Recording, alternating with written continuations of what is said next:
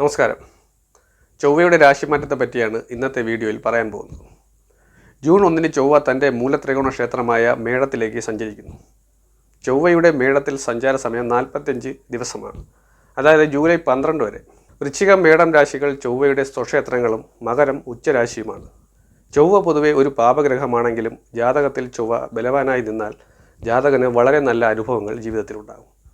പ്രവർത്തനക്ഷമത, നിശ്ചയദാർഢ്യം, ആത്മധൈര്യം, ശത്രുവിജയം എന്നിവ ചൊവ്വയുടെ പ്രത്യേകതകളാണ്. ചൊവ്വയ്ക്ക് ബലവും 10ാം ഭാവവുമായി ബന്ധവും വന്നാൽ ജാതകൻ യൂണിഫോം സർവീസിൽ, അതായത് പോലീസിലോ പട്ടാളത്തിലോ നേവിയിലോ ഉയർന്ന ഉദ്യോഗ പദവികൾ അലങ്കരിക്കും. ചൊവ്വയുടെ ഈ രാശിമാറ്റം 4 രാശികളിലെ 12 നക്ഷത്രക്കാർക്കാണ് ഏറ്റവും അനുകൂലമായി ഭവിക്കുന്നത്. ചൊവ്വ മൂലത്രികോണ രാശിയിൽ നിൽക്കുന്നതിനാൽ പ്രതികൂലമായി നിൽക്കുന്നവർക്കും വലിയ ദോഷങ്ങളൊന്നും ചെയ്യില്ല എന്ന് തന്നെ പറയാം. ഇനി ഏതൊക്കെ രാശികൾക്കാണ് ഇത് ഗുണം ചെയ്യുന്നതെന്ന് നോക്കാം. മിഥുനത്തിൻ്റെ 11ാം ഭാവത്തിലൂടെയാണ് ചൊവ്വ സഞ്ചരിക്കുന്നത്. ആദ്യമായി ഗുണം ലഭിക്കുന്നത് മേടക്കൂറുകാർക്കാണ്. അശ്വതി, ഭരണി, കാർത്തികയുടെ കാൽ എന്നീ നക്ഷത്രങ്ങളാണ് മേടക്കൂറിൽ വരുന്നത്. ഭാവാധിപൻ ഭാവത്തിൽ ബലവാനായി നിൽക്കുകയാണ്. കഴിഞ്ഞ 45 ദിവസമായി ചൊവ്വ മീനം രാശിയിൽ രാഹുവുമായി യോഗം ചെയ്ത് നിൽക്കുകയായിരുന്നു.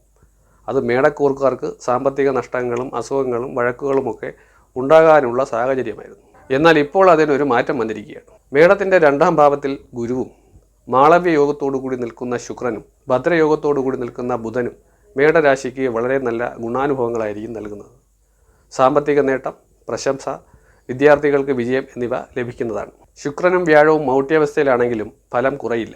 പൊതുപ്രവർത്തകർക്ക് കാര്യങ്ങൾ അനുകൂലമായി ഭവിക്കും. യാത്രകളിൽ ലക്ഷ്യം കൈവരും. സ്വത്തുവകകളിൽ നേട്ടം കൈവരിക്കും. ഇതൊക്കെയാണ് ഈ കൂറുകാർക്ക് ലഭിക്കുന്നത്.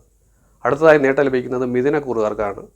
മകയിരമര, തിരുവാതിര, പുണർതം, മുക്കാൽ എന്നീ നക്ഷത്രങ്ങൾ ചേർന്നതാണ് മിഥുനക്കൂർ. മിഥുനത്തിൻ്റെ 11ാം ഭാവത്തിലൂടെയാണ് ചൊവ്വ ഇപ്പോൾ സഞ്ചരിക്കുന്നത്. ധനാഭിവൃദ്ധി, സന്തോഷം, കാര്യവിജയം എന്നിവയാണ് ഫലം. ആരോഗ്യ പ്രശ്നങ്ങൾ നേരിടുന്നവർക്ക് ആശ്വാസം ലഭിക്കും. കുടുംബസ്വത്ത് വന്നു ചേരും. ഉദ്യോഗസ്ഥർക്ക് ശമ്പള വർധനവ്, സ്ഥാനക്കയറ്റം എന്നിവ പ്രതീക്ഷിക്കാം. റിയൽ എസ്റ്റേറ്റുമായി ബന്ധപ്പെട്ട് പ്രവർത്തിക്കുന്നവർക്ക് അനുകൂല സമയമാണ്. ഭൂമി വിൽക്കാനും വാങ്ങാനും പറ്റിയ നല്ല സമയമാണ്. പൊതുവായി എല്ലാ കാര്യങ്ങളിലും വിജയമായിരിക്കും ഫലം. വരുമാനം വർദ്ധിക്കുന്നതാണ്. അടുത്തത് വൃശ്ചികക്കൂറാണ്. വിശാഖം, കാൽ, അനിഴം, തൃക്കേട്ട എന്നീ നക്ഷത്രങ്ങൾ ചേർന്നതാണ് വൃശ്ചികക്കൂർ. വൃശ്ചികക്കൂറിൻ്റെ അധിപനായ ചൊവ്വ 6ാം ഭാവത്തിലൂടെയാണ് സഞ്ചരിക്കുന്നത്. ഭാവാധിപൻ ഭാവത്തിലൂടെ സഞ്ചരിക്കുമ്പോൾ ഗുണഫലങ്ങൾ കൂടുതൽ പ്രതീക്ഷിക്കാം. പ്രശസ്തി, ശത്രുവിജയം, രോഗശമനം എന്നിവ ലഭിക്കുന്നതാണ്. ആത്മധൈര്യം ഉണ്ടാകും. പ്രശ്നങ്ങളെ ധൈര്യപൂർവ്വം നേരിടാൻ സാധിക്കും. ആരോഗ്യം മെച്ചപ്പെടും.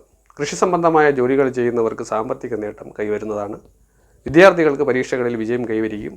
വാഹനം, ഭൂമി എന്നിവ വാങ്ങാൻ തീരുമാനിച്ചിരിക്കുന്നവർക്ക് വാങ്ങാൻ സാധിക്കും. ഉദ്യോഗസ്ഥർക്കും വളരെ നല്ല സമയമാണ്. ശമ്പള വർധനവ് ലഭിക്കുന്നതാണ്. അടുത്തത് കുംഭക്കൂറാണ്. അവിട്ടമര, ചതയം, പൂരുരുട്ടാതി, മുക്കാൽ എന്നീ നക്ഷത്രങ്ങൾ ചേർന്നതാണ് കുംഭക്കൂർ. ഇപ്പോൾ ഈ കൂറുകാർക്ക് മാതാവുമായി പിണങ്ങിയിരുന്നവർക്ക് ഇണങ്ങാനുള്ള ഒരു സാഹചര്യം വന്നു ചേരുന്നതാണ്. കർമ്മസ്ഥാനത്ത് ഉയർച്ചയുണ്ടാകും. വിദേശ ജോലികൾക്ക് ശ്രമിക്കുന്നവർക്ക് തടസ്സങ്ങൾ മാറി ജോലി ലഭിക്കാനുള്ള സാധ്യതയുണ്ട്. പല വഴികളിലൂടെയും കുടുംബത്തിൽ വരുമാനം വന്നു ചേരാനുള്ള സാധ്യതയും കാണുന്നുണ്ട്. കുടുംബ പ്രശ്നങ്ങളിൽ ആശ്വാസം ലഭിക്കും. രോഗങ്ങളിൽ നിന്നും മുക്തി ലഭിക്കുന്നതാണ്.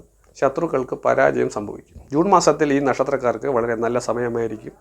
മേൽപ്പറഞ്ഞത് ചൊവ്വയുടെ രാശിമാറ്റത്തിൻ്റെ പൊതുഫലമാണ്. ഈ നക്ഷത്രങ്ങളിൽ ലക്ഷക്കണക്കിന് മനുഷ്യർ ജനിച്ചിട്ടുണ്ട്. നിങ്ങളെ സംബന്ധിച്ച് നിങ്ങൾ ഓരോരുത്തർക്കും നിങ്ങളുടെ ജാതക പ്രകാരം ഇപ്പോൾ നടക്കുന്ന കാലങ്ങളും നിങ്ങളുടെ ജീവിതത്തെ സ്വാധീനിക്കും. അതിനാൽ സ്വന്തം ജാതകം കൂടി പരിശോധിച്ച് എന്തെങ്കിലും തടസ്സങ്ങളോ ബുദ്ധിമുട്ടുകളോ ഉണ്ടെങ്കിൽ പരിഹാരം ചെയ്താൽ പെട്ടെന്ന് മാറ്റങ്ങൾ ലഭിക്കുന്ന സമയം കൂടിയാണിത്. എല്ലാവർക്കും നല്ലൊരു മാസം ആശംസിക്കുന്നു. നന്ദി, നമസ്കാരം.